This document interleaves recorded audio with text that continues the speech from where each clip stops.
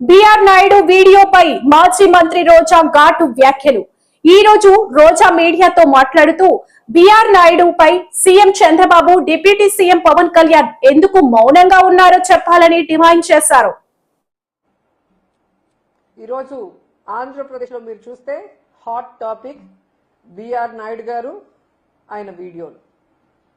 నేను సూటిగా అడుగుతున్నాను, ఎవరైతే ఆయన్ని డిఫెండ్ చేసుకుంటూ మాట్లాడుతున్నారో ఆయనకు సంబంధించిన వాళ్ళు కానీ, తెలుగుదేశం వాళ్ళు కానీ, జనసేన వాళ్ళు కానీ, ఎక్కడైనా ఈ రాష్ట్రంలో లేదా దేశంలో ఏ ప్రముఖ దేవాలయంలో అయినా ఇలా వీడియోలు బయటపడ్డ చైర్మన్ గా ఉన్న దాఖలాలు ఉన్నాయా అని అడుగుతున్నా. ఎంత నీచం అండి అసలు. అందరూ కూడా టీటీడీలో ఒక చిన్న పదవి వచ్చినా కూడా అది వాళ్ళ పూర్వజన్మ సుకృతం, వాళ్ళ అదృష్టంగా భావిస్తారు. అలాంటిది సాక్షాత్తు టీటీడీ బోర్డు చైర్మన్ గా పదవి వస్తే ఈరోజు బిఆర్ నాయుడు గారు చైర్మన్ గా ఎక్కడైనా ఆయన ప్రవర్తించాడా? ఆయన భాషలో గాని, ఆయన బాడీ లాంగ్వేజ్ లో గాని, ఆయన చేసే పనుల్లో గాని ఎక్కడైనా ఒక హుందాతనం గాని, ఒక గౌరవం గాని ఉందని అడుగుతున్నాను. ఆయన ఎప్పుడూ కూడా టీటీడీ బోర్డు చైర్మన్ గా వ్యవహరించరు. ఆయన ఆ రోజు నుంచి ఈ రోజు వరకు TV5 బిఆర్ నాయుడు గానే వ్యవహరిస్తున్నాడు. ఎందుకు నేను ఇలా అంటున్నానంటే, కొండ మీద కూర్చొని వెంకటేశ్వర స్వామి, పద్మావతి అమ్మవారి ఫోటోలు వెనక పెట్టుకొని ముందర ప్రెస్ మీట్ పెట్టుకొని ఎంత అహంకారంతో, ఎంత తలతిక్కగా, ఎంత కేర్లెస్ గా, ఎంత చులకనగా, ఎంత నీచంగా మాట్లాడతారో ఆయన ప్రెస్ మీట్లు అన్ని ఒకసారి మనం వేసుకొని చూస్తే మీ అందరికీ కూడా అర్థమవుతుంది. ఎందుకంటే ఆయన TV5 బిఆర్ నాయుడుగా ఉన్నప్పుడు ఆయన ఎట్ట మాట్లాడినా ఎవరు పట్టించుకోరు. కానీ ఒక టీటీడీ బోర్డు చైర్మన్ అయిన తర్వాత ఆయనకి హుందాగా ఉండాలి, హుందాగా మాట్లాడాలి, పాలిటిక్స్ కి దూరంగా ఉండాలన్న ఇంగిత జ్ఞానం లేకపోవడం అనేది చాలా దురదృష్టకరం.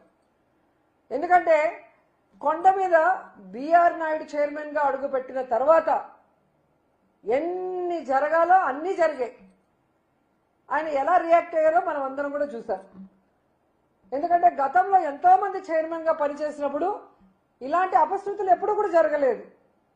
కానీ ఈరోజు బిఆర్ నాయుడు చైర్మన్ అయిన తర్వాత ఒక్కొక్కటిగా చూడండి గోవులు, దాదాపుగా 100 గోవులు చనిపోయినాయి. ప్రెస్ మీట్ పెడతాడు, ఏ వయసు అయిపోతే చనిపోవా? ఇదేనా ఒక చైర్మన్ మాట్లాడాల్సిన మాటలు? వయసు అయిపోయి 100 ఆవులు వెంటనే చనిపోతాయా? మీ చేతగానితనం వల్ల చనిపోయినాయి. మీరు వాటిని సరిగ్గా సంరక్షించకపోవటం వల్ల, ఆ తప్పు చేసిన వాళ్ళ మీద మీరు ఎటువంటి చర్యలు తీసుకోకపోవటం వల్ల వెంటనే అన్ని ఆవులు చనిపోయినాయి.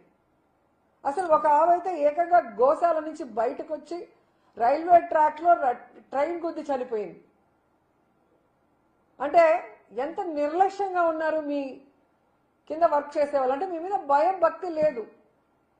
ఎందుకంటే మీకే దేవుడి మీద భక్తి లేనప్పుడు వాళ్ళు మీకెందుకు భక్తిగా ఉంటారనేది ఆలోచించాలి. అలాగే మీరు చూస్తే భగవద్గీత హిందువులందరూ ప్రతిరోజు ఒక పేజీ అయినా చదవాలి భగవద్గీత అని పెద్దలు చెప్తారు. ఆ భగవద్గీతలో ఉన్న సారాంశాన్ని తెలుసుకొని ఆ విధంగా తమ జీవితంలో ఉన్నతమైన విలువలతో నడుచుకోవాలి అని పెద్దలు చెప్తారు.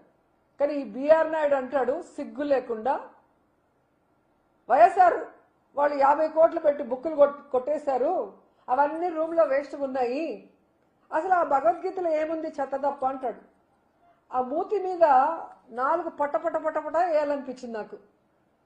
ఎందుకంటే అలాంటి వాడు TV5లో అసభ్యమైన వాటిని చూపించే మెంటాలిటీ ఉన్నవాడికి, అవి చూసే మెంటాలిటీ ఉన్నవాడికి, అవి చేసే మెంటాలిటీ ఉన్నవాడికి భగవద్గీత గొప్పదనం, భగవద్గీతలో ఉన్న సారాంశం ఎలా అర్థమవుతుంది? అందుకే దాంట్లో ఏమి లేదు, చెత్త అంటున్నాడు. దీని మీద ఖచ్చితంగా హిందువులందరూ కూడా తిరగబడాలి. ముఖ్యంగా బీజేపీ వాళ్ళు, ధార్మిక సంస్థల వాళ్ళు, సంఘాల వాళ్ళు, అలాగే హిందూ సంఘాలు కూడా ఈ బిఆర్ నాయుడు మాట్లాడే మాటలకి స్పందించాలి, బుద్ధి చెప్పాలని కూడా నేను కోరుకుంటున్నాను. ఎందుకంటే మన హిందూయిజాన్ని, మన ధర్మాన్ని, మన భగవంతుణ్ణి, అలాగే మన భగవద్గీతని చులకనగా మాట్లాడే ఇలాంటి వ్యక్తికి టీటీడీ బోర్డు చైర్మన్ గా ఉండే అర్హత ఉందా? అలాంటి వాడిని వెంటనే రాజీనామా చేయించి మెడ పట్టుకొని గెంటేయాలని కూడా వీళ్ళందరినీ కోరుకుంటున్నాను.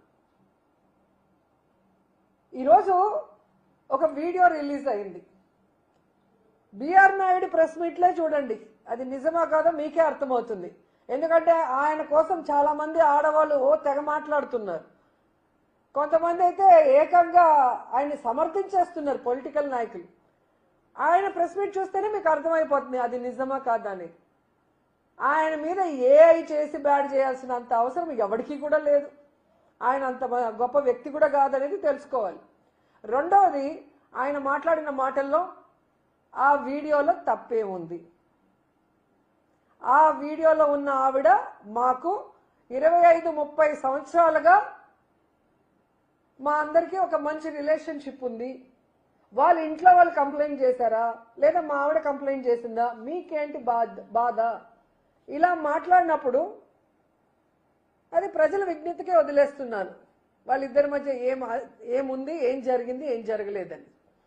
ఎందుకంటే ఈరోజు ఆ వీడియోలు బయటకు వచ్చాయి అంటే ఒకటి ఆమెనా బయట పెట్టాలి, లేదా వాళ్ళ ఇంట్లో పనిచేసే వాళ్ళైనా బయట పెట్టాలి. వేరే వాళ్ళు పోయి వాళ్ళ ఇంట్లో కెమెరా పెట్టి తీసేంత అవకాశం ఉంటుందా?